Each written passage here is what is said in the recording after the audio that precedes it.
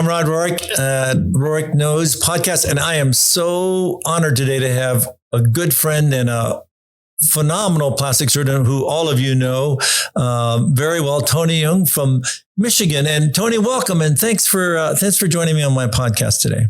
Oh, it's definitely a privilege to join you, Rod. This will be a lot of fun. Thank you. I looked at your website recently, and I was totally intrigued. I loved what you said. And, you really epitomize the American dream. I mean, of growing up in Michigan. And so tell me about that. And then tell me what made you decide to be a plastic surgeon. I mean, I loved your story. I didn't know any of that about your jaw. And that was amazing. Yeah, so I grew up in a tiny town in the middle of Michigan. My parents were first-generation immigrants from Korea. My dad was a doctor, and he grew up in a tiny rice farm in rural Korea. And he decided the day that I was born that I was going to be a doctor too, because all he knew was that doctor equals success. He didn't know anything about business. He doesn't know anything about Wall Street or any of that stuff. He just knows doctor equals success. And so from the day I was born, it was decreed that I was going to be a physician. And like the dutiful middle son, I did basically what I was supposed to. And it wasn't until actually my last year in medical school that I really started thinking about plastic surgery. My dad had these ideas I was going to be a transplant surgeon or a neurosurgeon or a cardiac surgeon. And I found out pretty quickly that just wasn't really my style. I've always grown up being kind of artistic and stuff, and plastic surgery really drew me to it. Well, what kind of doctor was he? He was an OBGYN. OBGYN. You didn't want to do that? Oh, God, no. And when he went through medical school and chose his residency field, he told me he chose it because that was the one that made the most money and had the most, at the time, I guess, the most status to it. And so that's why he became an OBGYN. It wasn't that he enjoyed necessarily birthing babies or treating women, but it was that was what he saw as being the pinnacle of success at that time, I guess. Wow, that's great. That's great. And then you went to where'd you go to medical school? So I went to Michigan State. And then did my residency in Grand Rapids, Michigan State Grand Rapids residency program. Well, we have somewhat of a common tie, but as you know, I was at the other university. I know. Yeah, you're a Wolverine, but it's all good. I know. After Michigan State, I root for Michigan after that. Okay. All right. No, it's kind of like Texas and A&M. So, they're all good, but I mean, of course, Michigan State is great. I must tell you, some of my best years in my life and training were in Ann Arbor in Michigan. And, it's a great place. It's a great place, of course. Still, I just couldn't tolerate the winters, but it's a phenomenal place to be. And the people are nice. And obviously you've done amazing. So you've now done so much. You've written several books. You're famous. You're a YouTube star. I mean, tell me what drives you, Tony. I must say I admire that, and I've been watching a lot of your YouTube videos recently, and thank you. They're fascinating. Yeah, I think what happened is growing up, I was a skinny little Asian kid in one of the only minority families in this small town, and I was a tiny kid. When I graduated, I think I was 6 feet tall, but I weighed like 130 pounds. Really? So I had this huge jaw. And so really, I had some, self-esteem issues, and I ended up having surgery to set my jaw back between high school and college. And I think honestly, all my life, Rod, I've had a little bit of I would say it's an inferiority complex, but maybe a little bit of a chip on my shoulder. I was that kid that watched that, I'd be at the bar when I was in college, and an attractive woman would come up and talk to me. And invariably they'd ask me, "Hey, can you introduce me to your friend?" I was that guy. And through all of college, where I couldn't find a date, nobody was interested in me. And I think part of that, combined with my upbringing, it's driven me to feel like I have to prove myself, and I don't have a chip on my shoulder in that, like, I'm an angry person by any means like that, but I've always felt the need for some reason to make my parents proud of me and to feel like I need to separate myself from the crowd in some way. And it's by what my parents instilled in me, by basically working my tail off, by doing it honestly, and ethically, and hopefully honorably too. Right. No, I mean, you epitomize, I'm really proud of you because you epitomize what a great plastic surgeon is: honest, ethical, and you worked hard and you're successful, and that's phenomenal. And and I always tell my fellows and residents the same thing, because if you work hard, stay on course, and do the right thing, guess what? You're going to do well, and you epitomize that. And I think that's phenomenal. We need more role models like you today in plastic surgery. Well, I mean, that's especially coming from yourself, where you are the role model for thousands of plastic surgeons over the last couple of decades. I myself have looked up to you. I've read so many of your articles and have learned a lot from you. So coming from you, it's definitely an honor. Thank you. Well, life goes on and life changes, and change is constant, and we have to embrace it. One thing is, if you don't embrace change, then you are going to be left in the rearview mirror. And that brings up social media. I mean, hasn't social media transformed all of us? It has. And definitely it's something where, when I first did my training in finished practice, the big thing were websites and before and after photos on your websites. And that was something I got on very quickly. And then after that, before websites, it was Yellow Pages, and then it was websites, and then people were making blogs. And now it has transformed into social media, and it really has become a very valuable way for me to interact with other people, and it has provided me an avenue to exponentially expand my voice and be able to hopefully touch people in many different ways, positive ways, people who wouldn't be able to travel to see me as a doctor. Right. No, I agree. I mean, it's really the way, I worry about meetings in the future, especially during COVID. During COVID, it showed us that actually social media boomed because we could still educate, we could still teach, we could still reach our patients. In fact, I do virtual consultations every day, and actually I'm continuing to do it because it's actually easier, and the patients don't have to fly here. Yeah. You can talk to them. And I agree with you.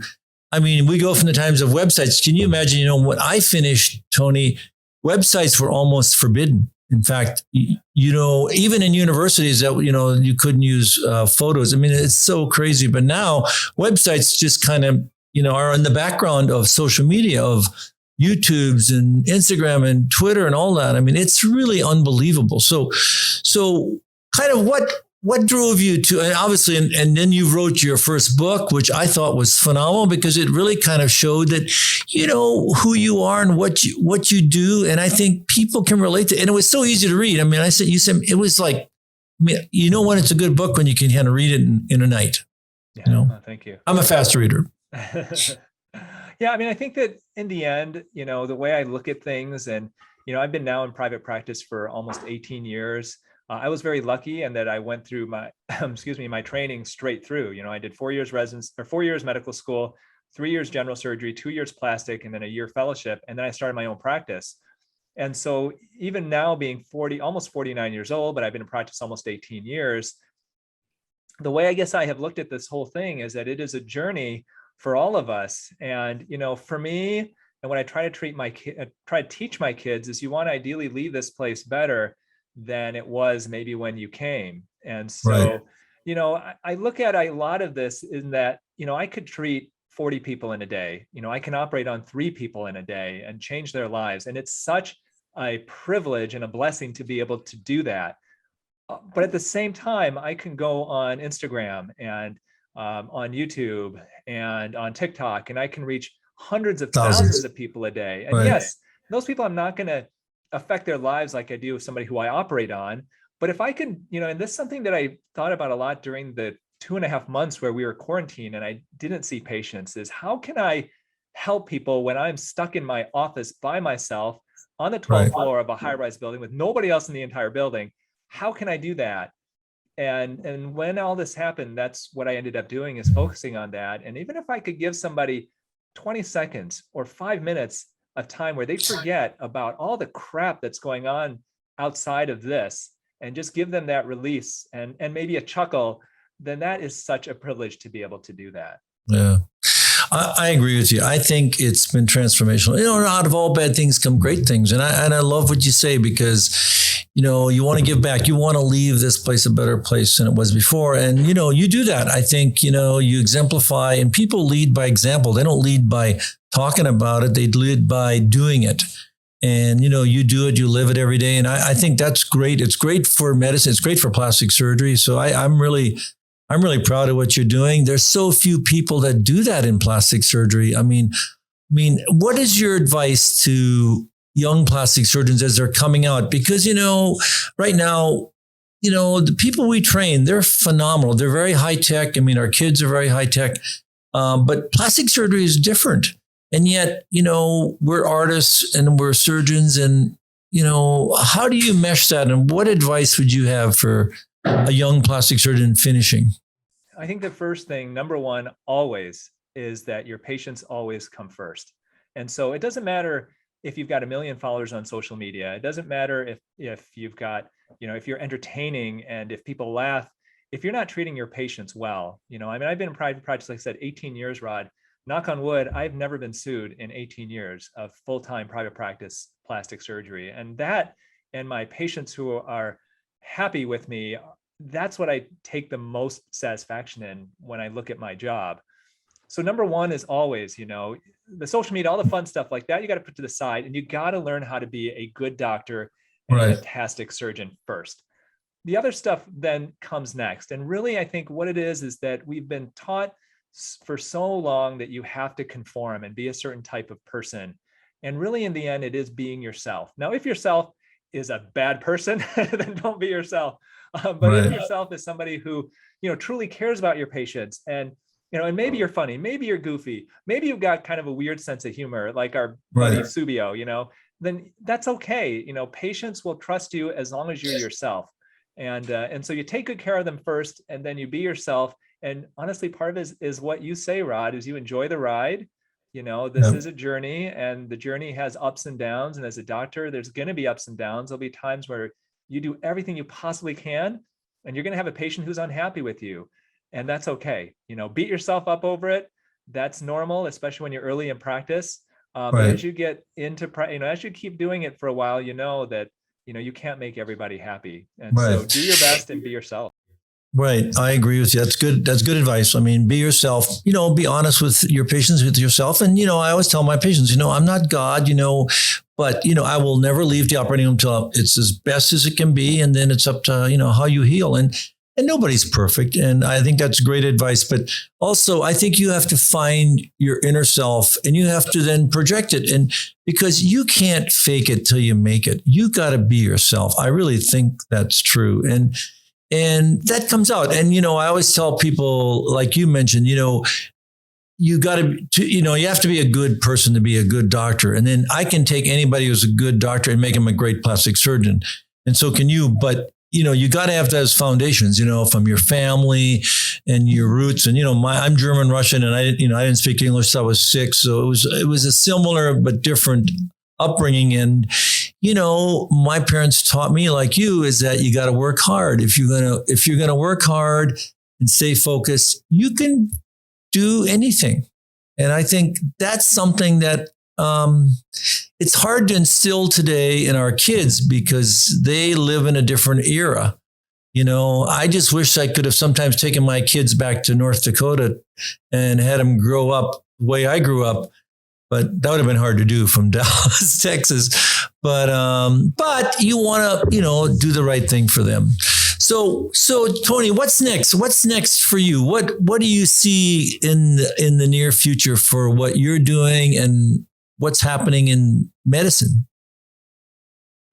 Personally, I am working on my 4th book right now, and this is my second anti-aging book.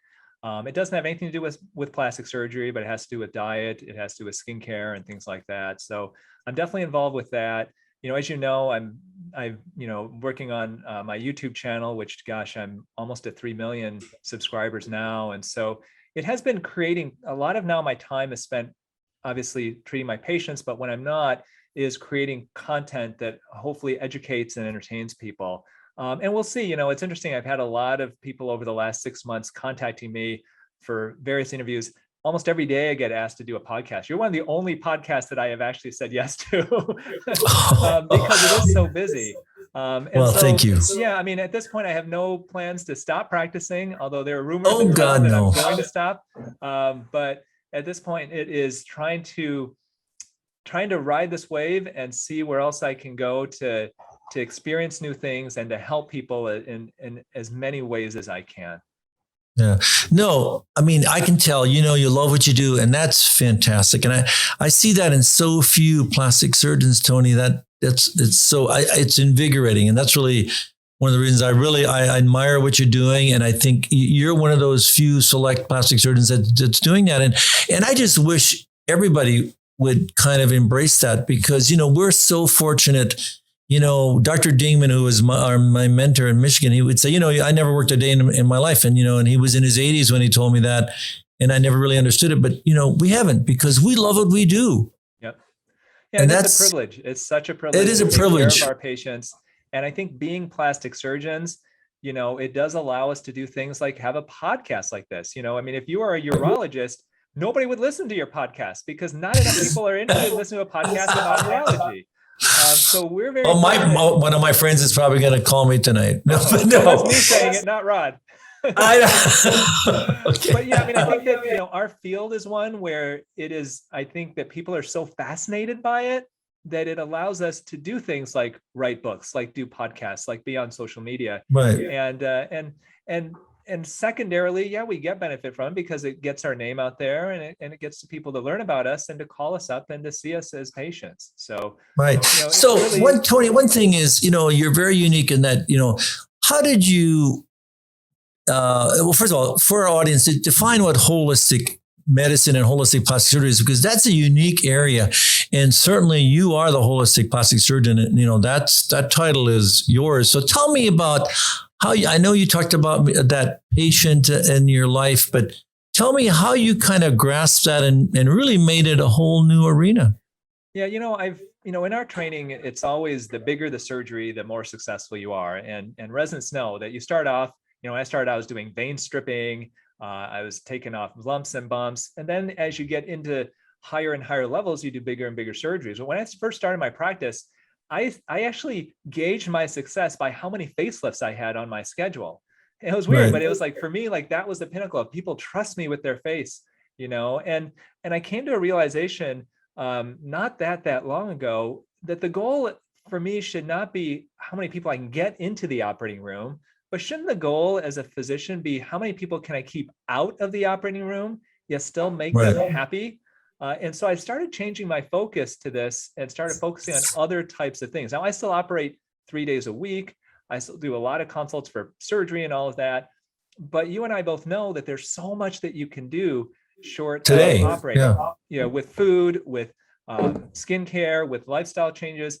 And you've written some great articles on supplementation, nutritional supplements that can not only help you with healing from surgery potentially, but can just help you to be more healthier overall. And so it's combining all of that is kind of what I consider holistic plastic surgery.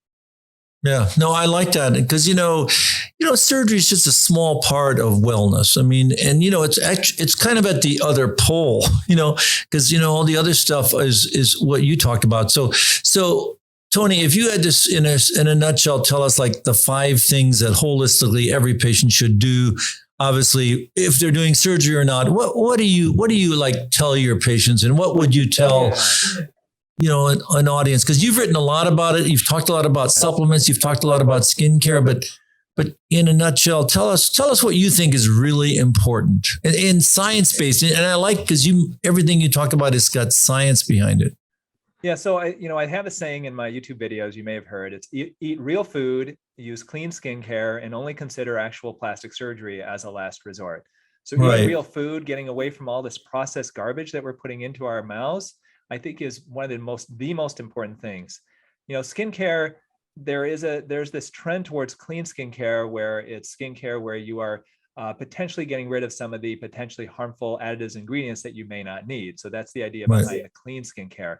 Now, that's being said, any good skincare is good skincare. And if you have the ability to eat organic foods, I'd much rather have you have a conventional apple than no fruit at all. I would go for organic if you can afford it, but if you can't, then eat conventional, that's fine. So clean skincare. The other thing, there are two other things that I know you're a proponent of as well as myself. Meditation. I think meditation can do so many things that we Right. don't realize. And I really used it a lot during some of the stressful times in the pandemic. And as people get older, I think that there's this fallacy that walking is all you need to do for exercise. And that is so not true. So you Right. doing weights and ideally even yoga are two things that as people get older, especially once you're in the 40s and your 50s, things Yeah. aren't moving as well as they used to. You don't have the balance you used to have. Walking is not sufficient. Do Right. weights and yoga as well. Yeah, I mean, I do lots of yoga, Tony. I think it's actually essential for what we do as surgeons. For, my neck, my back, if I don't do yoga 2-3 times a week at least, I mean, I know it. And I do it in the mornings. I try and meditate about 5 or 10 minutes in the mornings if possible. And that's hard to do sometimes, especially for us type A's. I don't meditate as much as I should. I admit. Oh, well, I know, right? Because it's hard to focus and think about nothing and being mindful. But yeah. I think that's phenomenal advice. I totally agree with you. And excuse me. Tell me also, okay, during COVID, I mean, so what do you think? I mean, we're finally coming. I mean, we hope we're coming through the COVID. We don't. I mean, it may be another year or two, but I think if we all stay healthy. So what are some advice things that you would recommend? Obviously, there's some science-based things. I mean, vitamins, C and zinc and magnesium and some of those, and of course D3. I mean, what do you tell your patients? I mean, these are things I tell my patients. And I would say in my practice, over 90% of my patients have been vaccinated, so it's really not an issue. But I mean, I see patients that are vaccinated and non-vaccinated. It's not an issue, but so what do you tell your patients about kind of wellness during COVID? Yeah, I mean, I have, early on in COVID, during the pandemic, I did put out some videos about that, about certain types of supplements to consider. Ones that you have mentioned, vitamin C, vitamin D, zinc being very important ones. Nowadays, with kind of what we're in now, where it's almost becoming more of an endemic than a pandemic type of a thing, and right. It's going to be around potentially for a long time. I am a proponent of the vaccine. I actually am working with the World Health Organization. I'm one of their social media people to help try to spread the word. It's hard though, because there's so much misinformation. There's so much information out there that is not necessarily science-based. And it's been so politicized that it just makes for a very difficult scenario. I put a video out recently basically saying, look, the hospitals are not filled with people who are injured by the vaccine. They're filled with people who have COVID, and the vaccine isn't perfect, but just keep that in mind. And I had so many comments of liar, you're lying. And it's like, I mean, if you don't believe that, like, go to a hospital, and the hospitals that are filled, it's not vaccine injured people that are filling all the ICU beds. These are people with COVID, and some of them have been vaccinated, but the majority have not.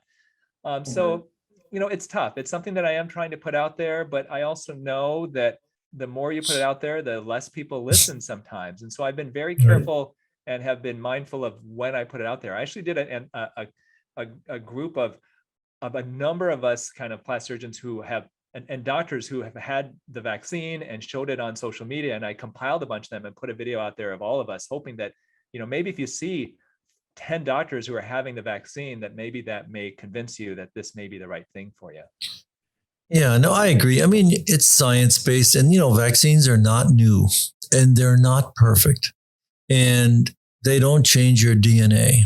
These are all things that I think people just need to know. And, we're just talking about just common sense things as doctors. We try and tell our patients, but, it is an individual decision. And that's why, I see patients that are vaccinated and they're not vaccinated. So I'm not a purist, but I think, you have to make a personal healthcare decision. My family's vaccinated. My wife's a physician. My kids, they're in their 20s, they're vaccinated. I mean, but it was their decision. I didn't say you must. I said, look at the facts and you decide. Yeah, and what I put out there is basically talk with your doctor to see if this is right for you, and please just take care of each other. And I think that's one thing that gets lost in all of this is like, we're all in this together, and we need to take care of each other and think about each other while we're making these decisions too. Right. I think that's wise. And so where do we, where do you see social media and the role of plastic surgeons, but also in medicine? Where do you see it? Like, I mean, it's amazing what you've done with YouTube. Kudos to you. It's phenomenal. I mean, it's, just skyrocketing. And, I think it's unbelievable and it's good stuff because I think people want to see people they can believe and say, wow, I mean, that really wasn't just, her nature. It's not, those lips aren't necessarily hers. And, and I think it's good because today young people are really, they're very image conscious, especially on Instagram. They want to look like Kylie when you look at Kylie when she was 16, not necessarily what she looks like now. So these are all things that are important for them to know because these are body dysmorphic issues. And I think you bring that out a lot. And I like that because nobody's perfect. There's nobody perfect. And of course, when we see some of these movie stars in real life, they don't quite look like Instagram. No. Yeah, I think that it's important now for us to realize that that our communication is evolving. And just like we said earlier, that it used to be all you have to do is have a website and some good before and after photos. And that's all you need. And now, then it went to creating educational content, but that content could be pretty dry and yet still people will watch it. I feel like our attention span is getting shorter and shorter and shorter. It has been for decades now. And so it has become it has now dawned on me. And the reason why, if you see some of my videos on YouTube and stuff, you'll see how I create it is for a different, a different attention span than maybe I would have 10 or 15 years ago. Right. And I think that is key, is that people are looking to be educated, but they're also looking to be entertained. It's not enough anymore to just put up slides explaining an operation or explaining skincare. They want to be entertained while you do that. As a physician, the issue though is drawing the line between being professional and being a clown or being unprofessional.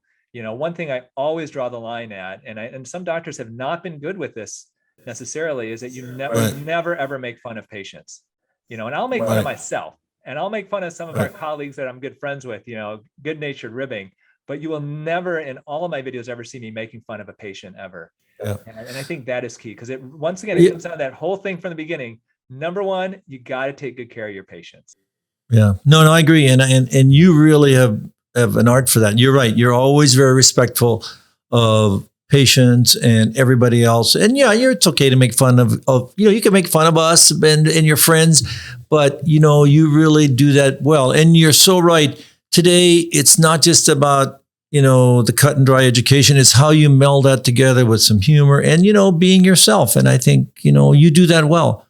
So, for you're, with your position in our field, what you're doing is perfect. You're giving people inspiration so that the young people knows, hey, Dr. ROHRICH is in your corner, and giving you great life lessons for somebody who's been through this, who's seen everything in plastic surgery. So, I think that we all have our own kind of spot. It took me a while, but I think I figured out like what people want from me is they do want to kind of make fun of me and poke fun of me a little bit and stuff. And that's fine. I'll do that to myself. That's fine.